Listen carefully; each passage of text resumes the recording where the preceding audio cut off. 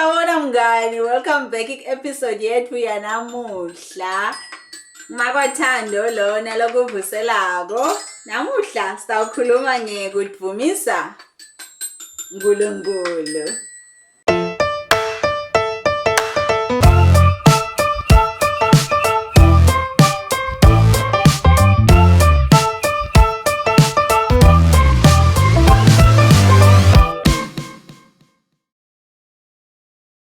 Hello mngani, kumakwathando namuhla phindze sesibuyile episode yethu lenye. Namuhla sitawufunza kuPsalms 106 verse 1. Asasifunze livesi lethu. Sihlabelela 106 verse 1. Noma ke Psalms 106 verse 1. Haleluya! Dvumisani Simakadze. Bongani Simakadze ngobe muhle. Nemusa wakhe kuze kube phakadze. Nalo livesi lethu namuhla. Asasende emotions zethu. Haleluya! Dvumisani Simakadze. Bongani Simakadze ngobe muhle. Nemusa wakhe kuze kube phakadze. Livesi lanamuhla likhuluma ngekudvumisa Simakadze. Ubani Simakadze? uNkulunkulu lebeka khona ekucaleni kusete lutho futhi lwadala konke lokukhona nguNkulunkulu lwadala wena mngani. Simdvumisa njani ke uNkulunkulu? Dinyenti tindlela tekudvumisa uNkulunkulu, kepha tonke tifaka ekhatsi kwenta intsandvo yaNkulunkulu.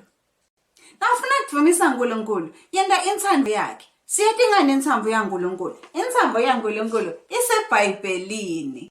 Lenye indlela mngani yekudvumisa uNkulunkulu kuthi sithandaze, simbonge uNkulunkulu ngato tonke letintfo lasiphe tona.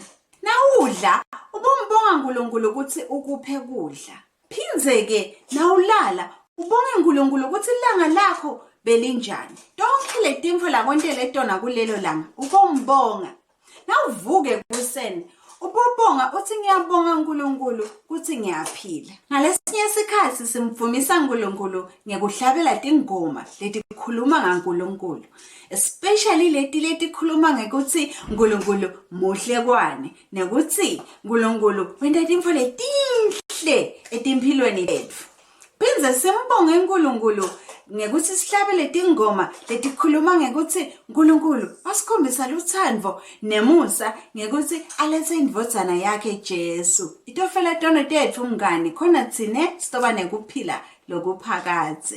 Lithi futhi leli vesi asibonge uNkulunkulu ngobe uNkulunkulu muhle. Phindze uNkulunkulu unemusa. Satingani ukuthi uNkulunkulu ngumuhle ngobe nje kudumfulo wake wabona uNkulunkulu. Sati ngetento taNkulunkulu. Tonke tintfo letendiwa uNkulunkulu tinhle.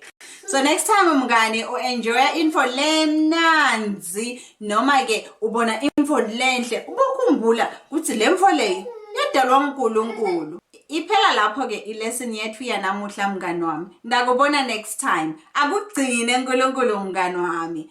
Bye bye.